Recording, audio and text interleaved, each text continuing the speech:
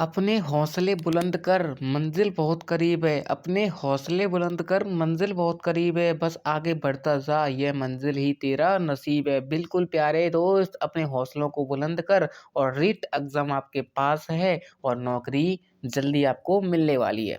तो बिल्कुल सभी अध्यापक, भावी अध्यापक एवं अध्यापिकाओं को नमस्कार, राधे राधे, जय श्री कृष्णा।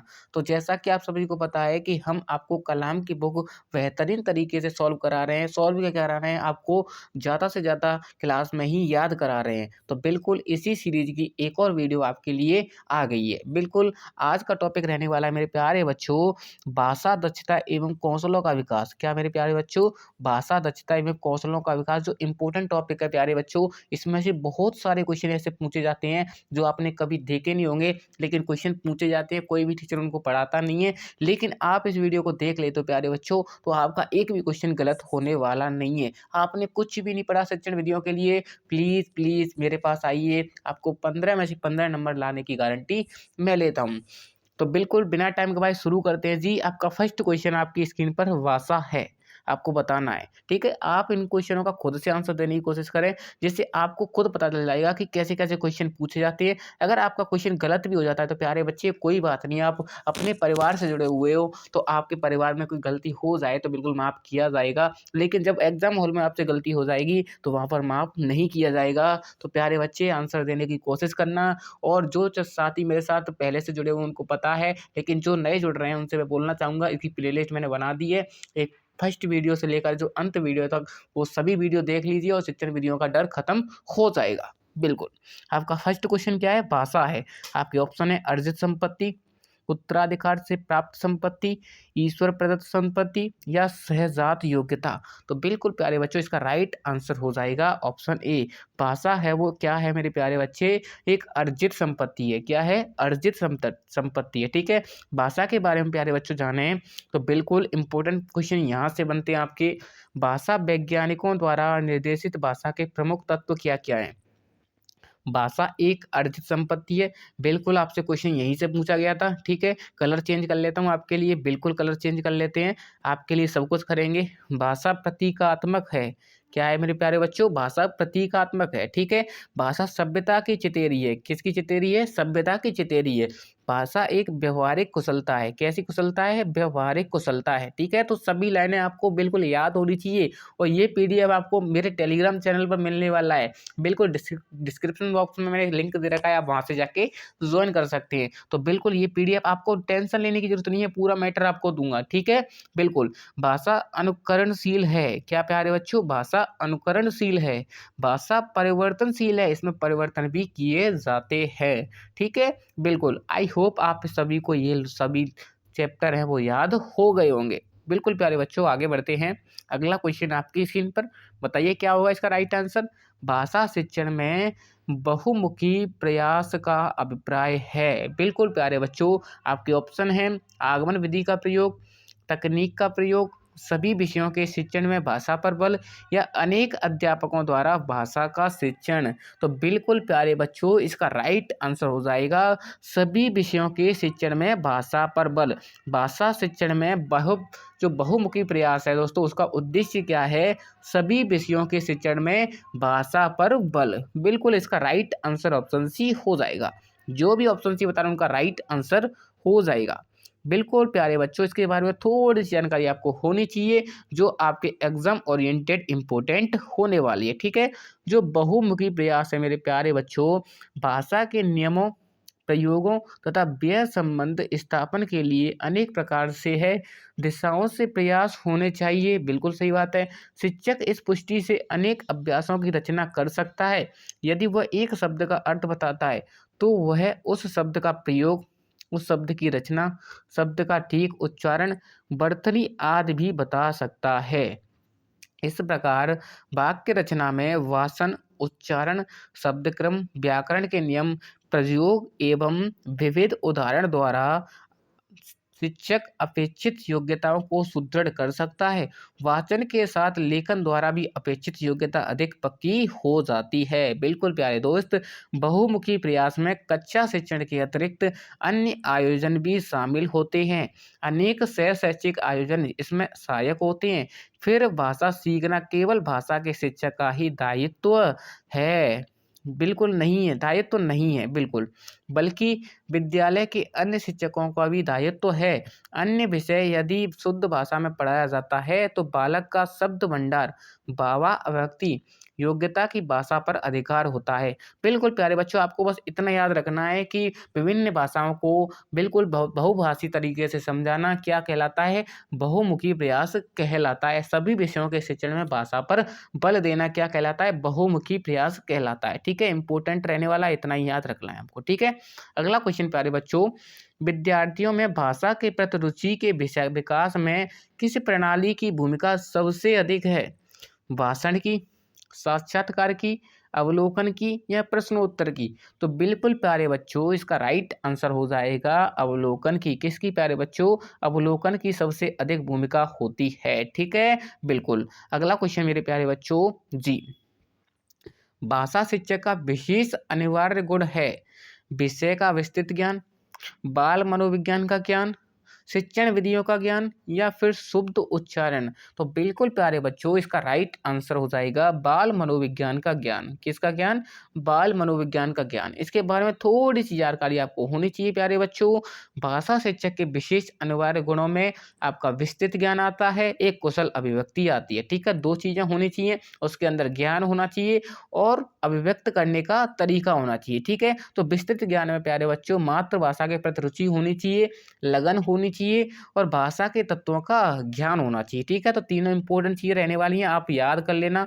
और कुशल अभिव्यक्ति में मेरे प्यारे बच्चों शब्द ज्ञान होना चाहिए, सरल और सुस्पष्ट भाषा होनी चाहिए और उच्चारण की शुद्धता होनी चाहिए। ठीक है, ये सभी अनिवार्य गुण हैं। बिल्कुल प्यारे बच्चों, और थोड़े से गुण आप देखें तो प्यारे बच्चों, थर्ड आता है आपका सद्व्यवहार। आप टीचर बन जाते हो तो आपका सद्व्यवहार भी होना चाहिए, जिसमें सहानुभूति और सहयोग आता है। ठीक है, चौथा गुण होता है दोस्तों, अन्य विषयों की जानकारी भी आपको होनी चाहिए। बिल्कुल, जैसे कि मैं हिंदी पढ़ा रहा हूँ तो मुझे साइकोलॉजी की थोड़ी सी जानकारी भी होनी चाहिए। ठीक है, आपकी जितनी भी सब्जेक्ट है उनकी जानकारी होनी चाहिए। ठीक है, तो मनोविज्ञान का ज्ञान भी होना चाहिए और दर्शन शास्त्र का ज्ञान भी होना चाहिए। ठीक है, इंपॉर्टेंट है, आप याद कर सकते हो।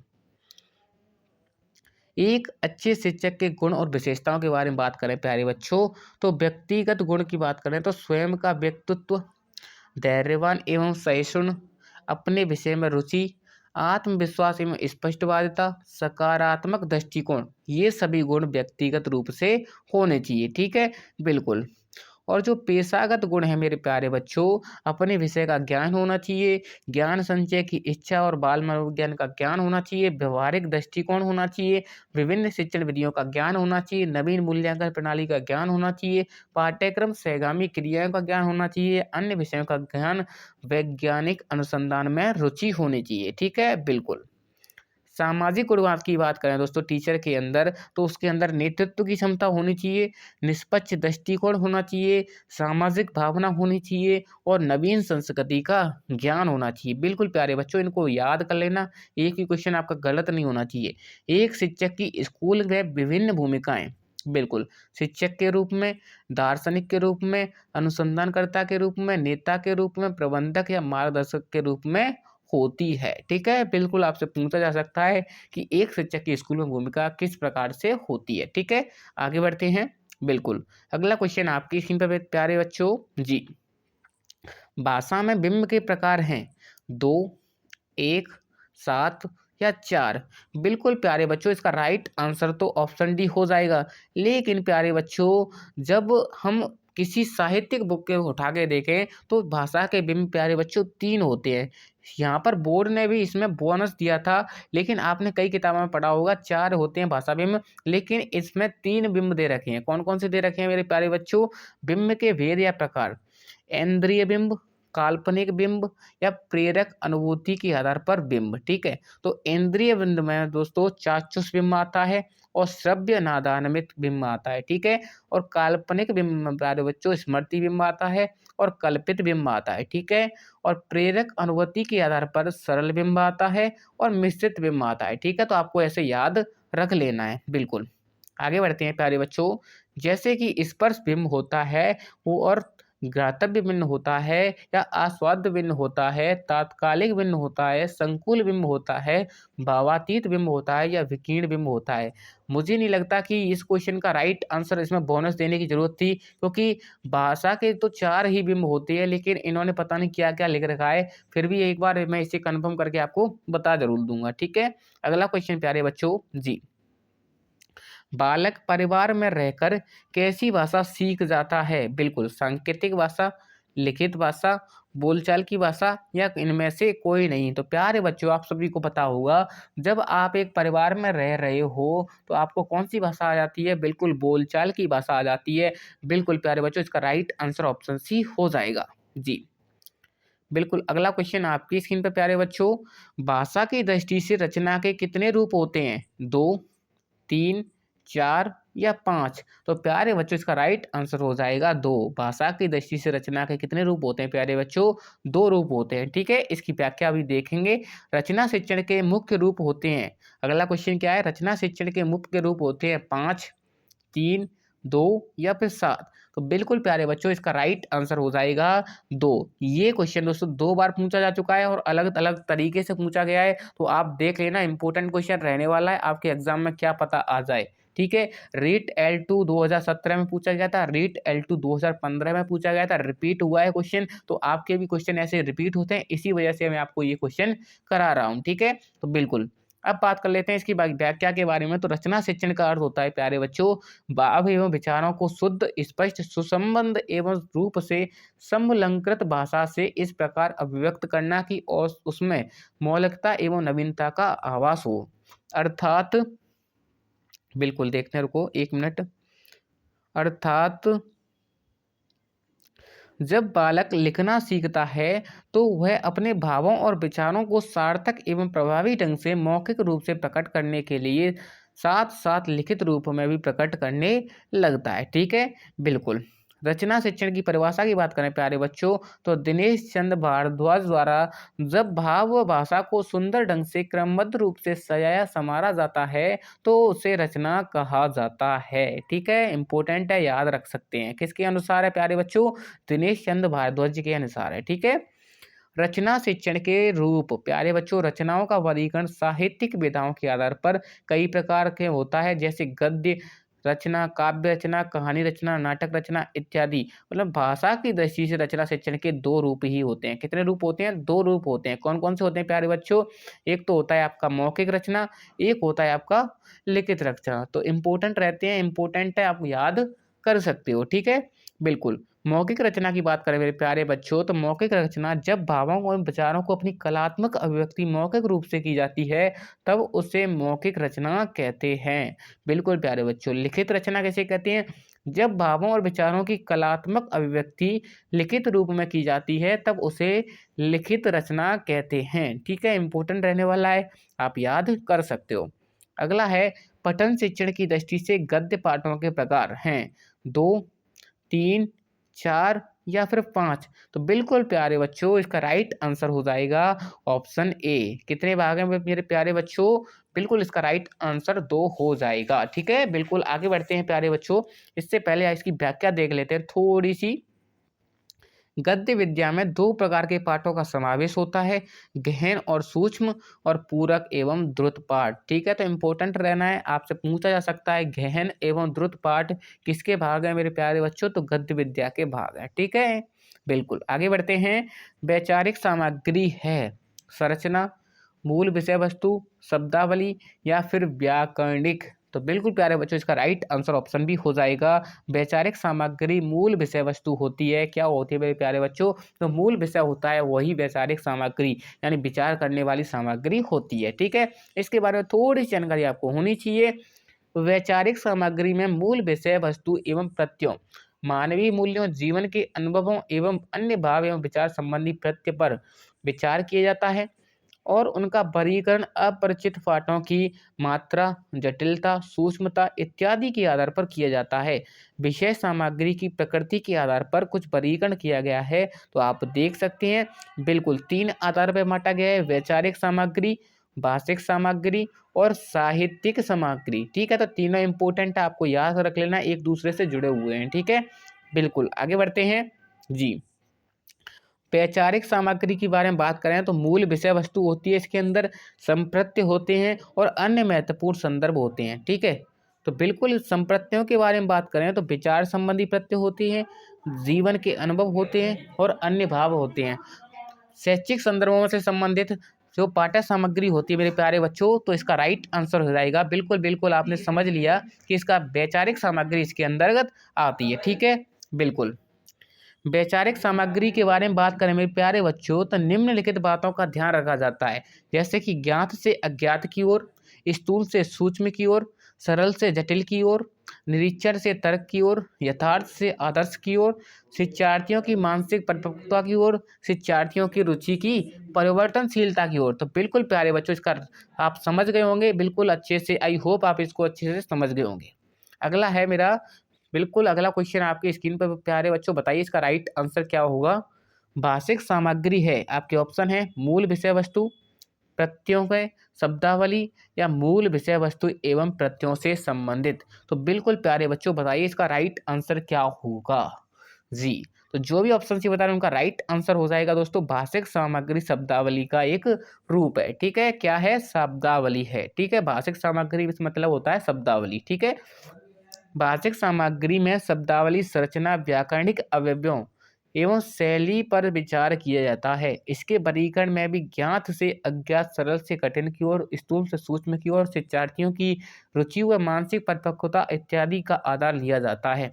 शैली के अंतर्गत शैली की प्रकृति को ध्यान में रखते हुए प्यारे बच्चों क्या बताया जाता है कि वर्णनात्मक, कथात्मक, भावात्मक, विचारात्मक इत्यादि शैलियों पर बात किया जाता है और भाषा में शब्दावली, संरचना और अलंकार दोनों का ध्यान रखा जाता है। ठीक है, भाषिक सामग्री को प्यारे बच्चों 3 रूप में देख सकते हैं, एक तो शब्दावली के रूप में, एक संरचना के रूप में और एक अवयवों अन्य व्याकरणिक पदों के रूप में। ठीक है, तो शब्दावली में क्या किया जाता है मेरे प्यारे बच्चों, शब्द, पद, मुहावरे और अन्य प्रयोग। संरचना में पद, उपवाक्य और वाक्य आ जाते हैं और अव्यय में अन्य व्याकरणिक पद, शैली पर विचार किया जाता है। बिल्कुल आपको याद रख लेना है, एक दूसरे से जुड़े हुए पार्ट हैं। ठीक है, बिल्कुल। अगला क्वेश्चन प्यारे बच्चों जी, भाषिक सामग्री वही क्वेश्चन है, सेम एक बार दोबारा लिख गया है फिर। बिल्कुल अगला क्वेश्चन देख लेते हैं जी। भाषा कौशलों की संख्या है प्यारे बच्चों, बताइए, इंपॉर्टेंट क्वेश्चन रहने वाला है। 5, 4, 3 एवं 10। जब से हमारी भाषा चल रही थी, अब भाषा कौशलों की बात आई है, तो ये क्वेश्चन किसी का गलत नहीं होना चाहिए। ये क्वेश्चन बताइए इसका राइट आंसर क्या होगा। बिल्कुल प्यारे बच्चों इसका राइट आंसर ऑप्शन बी हो जाएगा। कितना हो जाएगा, 4 कौशल होते हैं। कितने कौशल होते हैं, 4 कौशल होते हैं। ठीक है, तो बिल्कुल आगे बढ़ते हैं। बिल्कुल अगला क्वेश्चन आपका, भाषा का मुख्य कौशल है लिखना, पढ़ना, बोलना या उपयुक्त सभी। बिल्कुल प्यारे बच्चों बताइए भाषा का मुख्य कौशल कौन सा है। तो प्यारे बच्चों इसका राइट आंसर हो जाएगा उपयुक्त सभी, क्योंकि दोस्तों भाषा के जो कौशल होते हैं वो चारों ही इंपॉर्टेंट होते हैं, इनमें कोई भी मुख्य कौशल नहीं होता है। ठीक है, चारों ही इंपॉर्टेंट होते हैं, तो बिल्कुल इसका राइट आंसर ऑप्शन डी हो जाएगा। बिल्कुल आगे बढ़ते हैं जी। अगला क्वेश्चन प्यारे बच्चों, जो भाषा कौशल है वो क्या है, शिक्षण करना, अधिगम कराना, अनुदेशन कराना या दक्षता प्राप्त करना। तो बिल्कुल प्यारे बच्चों इसका राइट आंसर हो जाएगा दक्षता प्राप्त करना। क्या है प्यारे बच्चों, दक्षता प्राप्त करना हो जाएगा। ठीक है, भाषा कौशल के माध्यम से दक्षता प्राप्त की जाती है। ठीक है, आई होप आप इसे अच्छे से समझ गए होंगे। इसकी व्याख्या भी देखेंगे, पहले इन क्वेश्चनों को सॉल्व कर लो आप। भाषा सीखने का स्वाभाविक और मनोवैज्ञानिक क्रम क्या होता है प्यारे बच्चों, पढ़ना, सुनना, लिखना या बोलना। बोलना, लिखना, सुनना या पढ़ना। सुनना, बोलना, पढ़ना, लिखना या फिर उपरोक्त सभी। तो प्यारे बच्चों इसका क्रम होता है L, S, R और W। ठीक है, लिसनिंग, स्पीकिंग, रीडिंग और राइटिंग। क्या मेरे पास प्यारे बच्चों, तो लिसनिंग, L से लिसनिंग, तो सबसे पहले सुनना आ रहा है। ठीक है, इसमें आ रहा है। फिर स्पीकिंग बोलना आ रहा है। ठीक है, आ रहा है। रीडिंग यानी पढ़ना आ रहा है, बिल्कुल आ रहा है। डब्लू राइटिंग लिखना आ रहा है, बिल्कुल आ रहा है। तो आपको ऐसे ही क्रम याद रखना है प्यारे बच्चों, उपयुक्त सभी नहीं करना है। इसका राइट आंसर ऑप्शन सी हो जाएगा। बिल्कुल क्रम से बात करें मेरे प्यारे बच्चों, सबसे पहले सुनते हैं, फिर बोलते हैं, फिर पढ़ते हैं, फिर लिखते हैं। ठीक है, सबसे इंपॉर्टेंट लिखना होता है जो लास्ट में किया जाता है, सबसे कठिन काम भी लिखना होता है। ठीक है, बिल्कुल आपको ऐसे ही क्रम याद रखना है। लिसनिंग, स्पीकिंग, रीडिंग और राइटिंग। थोड़ी सी इंग्लिश का सहारा लेना पड़ेगा प्यारे बच्चों। इसका राइट आंसर ऑप्शन सी हो जाएगा। बिल्कुल आगे बढ़ते हैं। अगला क्वेश्चन जी, बिल्कुल भाषाई कौशलों तथा सुनना, बोलना, पढ़ना और लिखना का विकास किस कक्षा तक पूर्ण हो जाना चाहिए? इंपॉर्टेंट क्वेश्चन रहने वाला है। कक्षा 2 तक, कक्षा 3 तक, कक्षा 5 तक या कक्षा 8 तक? तो बिल्कुल प्यारे बच्चों इसका राइट आंसर हो जाएगा ऑप्शन सी, कक्षा 5 तक सभी भाषा कौशल बच्चे के अंदर आ जाने चाहिए। तो सबसे इम्पोर्टेंट है लिखना, जो लास्ट में किया जाता है, सबसे कठिन होता है, तो वो भी आ जाना चाहिए। ठीक है, तो इम्पोर्टेंट है, आपको याद कर लेना है। ठीक है, बिल्कुल आगे बढ़ते हैं प्यारे बच्चों जी। शिक्षण कौशल का उपयोग किया जाता है कक्षा के अंदर, कक्षा के बाहर या दोनों में ही या कोई नहीं? बिल्कुल प्यारे बच्चों, तो इसका राइट आंसर हो जाएगा बिल्कुल दोनों में ही। कक्षा के अंदर भी किया जाता है और कक्षा के बाहर भी किया जाता है। सिंपल क्वेश्चन है लेकिन गलत हो जाते हैं, कंफ्यूज नहीं होना है आपको। ठीक है, क्वेश्चन को धैर्य पूर्वक पढ़ना है। ठीक है, भाषा की शिक्षा दी जाती है अर्थ ग्रहण व अभिव्यक्ति के लिए, विद्वान बनाने के लिए, मनोरंजन के लिए, साहित्यकार बनाने के लिए? तो बिल्कुल प्यारे बच्चों इसका राइट आंसर हो जाएगा अर्थ ग्रहण और अभिव्यक्ति के लिए। यानी भाषा की शिक्षा में प्यारे बच्चों अर्थ ग्रहण यानी दूसरा बंदा वो समझ जाए और हम उसकी बात समझ जाए, अभिव्यक्ति के लिए दी जाती है। ठीक है, तो इंपॉर्टेंट है, आप याद कर सकते हैं। भाषा कौशल को देख लेते हैं। इतने सारे क्वेश्चन कर लिए हमने, तो भाषा कौशल क्या है? भाषा कौशल अपने विचारों को प्रकट करने का तरीका भाषा कहलाती है। भाषा के द्वारा विचारों का आदान प्रदान होता है। सांकेतिक भाषा को छोड़कर मौखिक व लिखित प्रकार में भाषा दो प्रकार की होती है। कितने प्रकार की होती है? 2 प्रकार की होती है। किसी भी भाषा में दक्षता प्राप्त करने हेतु उसका क्रमबद्ध अध्ययन अति आवश्यक है। क्रमबद्ध अध्ययन से ही भाषा का संपर्क विकास होता है। विभिन्न शिक्षा शास्त्रियों एवं मनोवैज्ञानिकों ने भाषा शिक्षण के 4 कौशल बताए हैं। 4 कौशलों का निश्चित क्रम, मनोवैज्ञानिक क्रम या स्वाभाविक क्रम मेरे प्यारे बच्चों क्या है? LSRW। सबसे पहले क्या है प्यारे बच्चों? सुनना है, फिर बोलना है, फिर आपका LSRW रीडिंग है, फिर आपका राइटिंग है। ठीक है, राइटिंग है। ठीक है, तो आपको इंपॉर्टेंट है, आपको याद रखना है। लिखना सबसे कठिन होता है, सुनना सबसे सिंपल होता है। ठीक है, क्रम से है, मनोवैज्ञानिक क्रम है। आपसे पूछा जा सकता है, ये क्वेश्चन हर बार पूछा जाता है। ठीक है, तो इंपॉर्टेंट है, आप स्क्रीनशॉट ले सकते हैं, वरना PDF आपको टेलीग्राम चैनल पर मिलने वाली है। ठीक है, बिल्कुल। भाषा कौशलों के मनोवैज्ञानिक एवं स्वाभाविक क्रम के अनुसार प्रथम कौशल सुनना होता है, द्वितीय कौशल बोलना होता है, तृतीय कौशल पढ़ना होता है, चतुर्थ कौशल लिखना होता है। ठीक है, बिल्कुल। आई होप आप इसे अच्छे से समझ पा रहे होंगे। भाषा कौशल का विकास उच्चारण से आरंभ किया जाता है क्योंकि श्रवण प्रथम कौशल है। अतः श्रवण को विकसित करने के लिए किसी व्यक्ति विशेष द्वारा उच्चारण किया जाना अनिवार्य है। बिल्कुल। भाषा कौशलों की सारणी को एक बार देख लेते हैं। सुनना, सुनना किसे कहते हैं प्यारे बच्चों? सुनकर अर्थ ग्रहण करना सुनना कहलाता है। ठीक है, केवल सुनना, जैसे कि जो बच्चा होता है वो भी सुनता है, लेकिन अगर उसने अर्थ ग्रहण कर लिया तो पूर्ण रूप से सुन रहा है। अगर नहीं कर पाया तो उसे सुनना हम नहीं कहेंगे। ठीक है, बोलना होता है प्यारे बच्चों, बोलकर विचार प्रकट करना। ठीक है, बिल्कुल। पढ़ना होता है प्यारे बच्चों, पढ़कर अर्थ ग्रहण करना। ठीक है, आप पढ़ रहे हो, अर्थ ग्रहण कर रहे हो, तो आपका ये पढ़ना कौशल होगा। ठीक है, लिखना, लिखने में आता है लिखकर विचार प्रकट करना। ठीक है, लिखकर विचार प्रकट करना। अगर आपने कुछ लिख दिया, उससे विचार प्रकट नहीं हो रहे हैं, तो उसे लिखना नहीं कहेंगे, लिखना उसे ही कहते हैं, लिखकर उससे विचार प्रकट हों। ठीक है, बिल्कुल। आगे बढ़ते हैं प्यारे बच्चों जी। सुनना और पढ़ना ऐसे कौशल हैं जिनसे ग्रहण किया जाता है। बिल्कुल प्यारे बच्चों, मैं आपको सुना रहा हूँ तो आप ग्रहण कर रहे हो, मैं आपको पढ़ा रहा हूँ तो आप पढ़ रहे हो, तो क्या कर रहे हो? ग्रहण कर रहे हो। लेकिन मैं आपसे बोल रहा हूँ, बिल्कुल बोल रहा हूँ और लिख भी रहा हूँ, तो ये कैसा है, अभिव्यक्त कर रहा हूँ, अपनी बात को अभिव्यक्त कर रहा हूँ, तो इम्पोर्टेंट बन जाता है आपके लिए। आपको इनको याद रख लेना, पूछा जाता है अभिव्यक्त कौशल कौन-कौन से होते हैं और ग्रहण कौशल कौन-कौन से होते हैं, ठीक है? तो सुनना, पढ़ना कैसा होता है, ग्रहण करना होता है और अभिव्यक्त करना, बोलना, लिखना होता है, ठीक है? इम्पोर्टेंट है, आपको याद रखना है। इन्हें ग्रहणात्मक कौशल कहते हैं और इन्हें अभिव्यक्तात्मक कौशल कहते हैं, ठीक है? बिल्कुल। आई होप आप इसे अच्छे से समझ गए होंगे। चारों कौशल परस्पर अंतः संबंधित है। प्राथमिक स्तर तक सभी कौशलों का विकास हो जाना चाहिए। भाषा कौशलों का मूल उद्देश्य भाषा दक्षता का विकास करना होता है, ठीक है?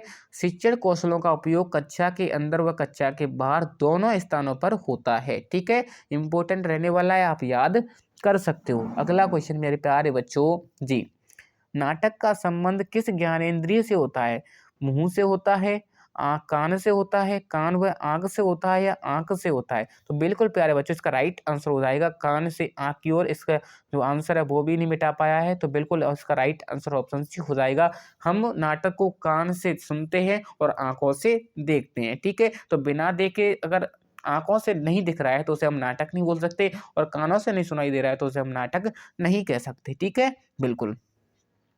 अगला क्वेश्चन मेरे प्यारे बच्चों जी, उससे पहले आप व्याख्या देख लीजिए नाटक के बारे में। तो आप देख पा रहे होंगे, ज्ञानेंद्रियां मनुष्य के वे अंग हैं जो देखने, सुनने व महसूस करने, स्वाद, ताप, रंग आदि का पता लगाने के लिए होती हैं। नाटक की गिनती काव्यों में है। काव्य दो प्रकार के माने जाते हैं, श्रव्य और दृश्य। मानव द्वारा देखकर, सुनकर नाटक का अनुभव किया जाता है, अतः आंख और कान ज्ञानेंद्रियों को नाटक का संबंध होता है, ठीक है? इंपॉर्टेंट रहने वाला है, आप याद कर सकते हो। अब ऐसे आपको पता होगा, सिंपल सा है। भाषा दक्षता का प्रारंभिक कौशल क्या होता है प्यारे बच्चों? तो आपको पूछ लिया है, बिल्कुल प्रारंभिक कौशल कौन सा होता है? बिल्कुल सुनना होता है, बोलना होता है, पढ़ना होता है या लिखना होता है मेरे प्यारे बच्चों? तो बिल्कुल इसका राइट आंसर क्या हो जाएगा? बिल्कुल सुनना, लिसनिंग। बिल्कुल इसका राइट आंसर ऑप्शन ए हो जाएगा, ठीक है? आगे बढ़ते हैं जी, भाषा कौशल में सबसे पहले किस कौशल का विकास करना चाहिए? लेखन का, वाचन का, श्रवण का या फिर उच्चारण का? बिल्कुल इंपॉर्टेंट क्वेश्चन रहने वाला है प्यारे बच्चों, तो इसका राइट आंसर ऑप्शन सी हो जाएगा। मैंने आपको एक ही क्रम बता दिया है, LSRW। आपका ऐसा क्वेश्चन पूछा जाए तो आपको सबसे पहले ये क्रम लिख लेना है, ठीक है? इस क्रम से आप सभी निकाल दोगे, ठीक है? L से क्या हो जाएगा? श्रवण, लिसनिंग, ठीक है? S से स्पीकिंग, वाचन, ठीक है? R से क्या हो जाएगा? रीडिंग, उच्चारण। W से क्या हो जाएगा? बिल्कुल राइटिंग, लेखन, ठीक है? इंपॉर्टेंट रहता है, याद कर सकते हो। इनके बारे में थोड़ी सी बात करें प्यारे बच्चों, सुनना कौशल के बारे में। तो सुनना कौशल का विकास प्यारे बच्चों, सुनना कौशल के विकास का मुख्य उद्देश्य छात्र में सुनकर अर्थ ग्रहण करने की क्षमता का विकास करना है, और सुनना कौशल अन्य कौशलों का आधार होता है। मुख्य अभिव्यक्ति सुनना कौशल पर ही निर्भर करती है। सुनना कौशल के समुचित विकास से छात्र में जागरूकता व तत्परता आती है। सुनना कौशल से छात्रों में शब्द भंडार की वृद्धि होती है। सुनने के साथ साथ अर्थ ग्रहण करते हुए भावों की अनुभूति करना भी ज़रूरी होता है। तो इम्पोर्टेंट ये रहने वाला है कि शब्द भंडार की वृद्धि किससे होती है, किस कौशल से होती है? तो सुनने कौशल से होती है, ठीक है? इंपॉर्टेंट रहता है, याद कर लेना। बिल्कुल। वक्ता के भावों को समझने की क्षमता, छात्रों को ध्यानपूर्वक पूर्ण मनोयोग के शिष्टाचार के साथ सुनने की क्षमता का विकास होना चाहिए। सुनना कौशल को विकसित करने का साधन क्या क्या है? बिल्कुल आप देख सकते हैं, सामान्य वार्तालाप इतना इम्पोर्टेंट नहीं रहने वाला है, आप एक बार देख लेना इस चीज़ों को, इतना इम्पोर्टेंट नहीं है, ठीक है? बिल्कुल। आगे बढ़ते हैं, अगला क्वेश्चन आपका जी, खेल विधि को प्रचलित करने का श्रेय जाता है रायवर्न को, हेनरी कॉल्डवेल कुक को, थॉमस एम रस को, मॉरिसन को? बिल्कुल आप सभी को पता होगा, हेनरी कॉल्डवेल कुक को। हम पहले देख चुके हैं इसके बारे में जी।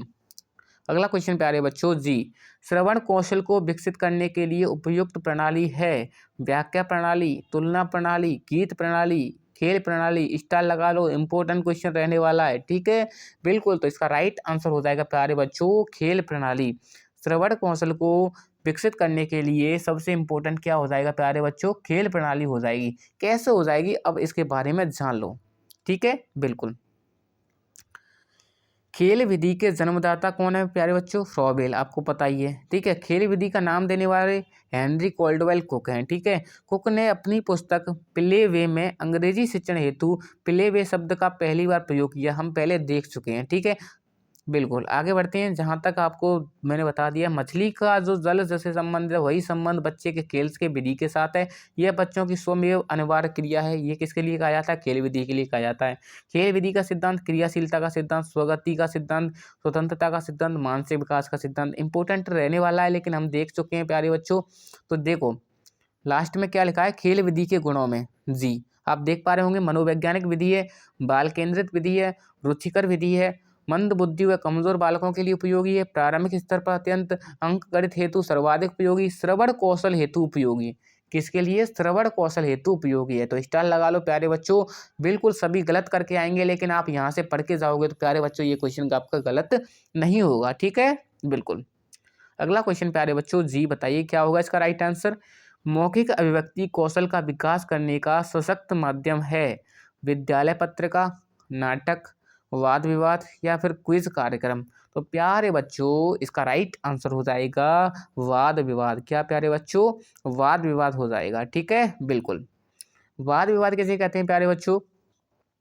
बिना पूर्व तैयारी के तटस्थलीय भाषण, व्याख्या तथा विभिन्न मतों की अभिव्यक्ति को वाद विवाद कहा जाता है। ठीक है, शास्त्रार्थ और संवाद करना इस विधि के उदाहरण है। इस विधि के अंतर्गत जिस विषय वस्तु पर शिक्षण कराना होता है, उस विषय वस्तु पर बिना किसी पूर्व तैयारी के तर्क वितर्क किए प्रस्तुत किए जाते हैं। ठीक है, बिल्कुल।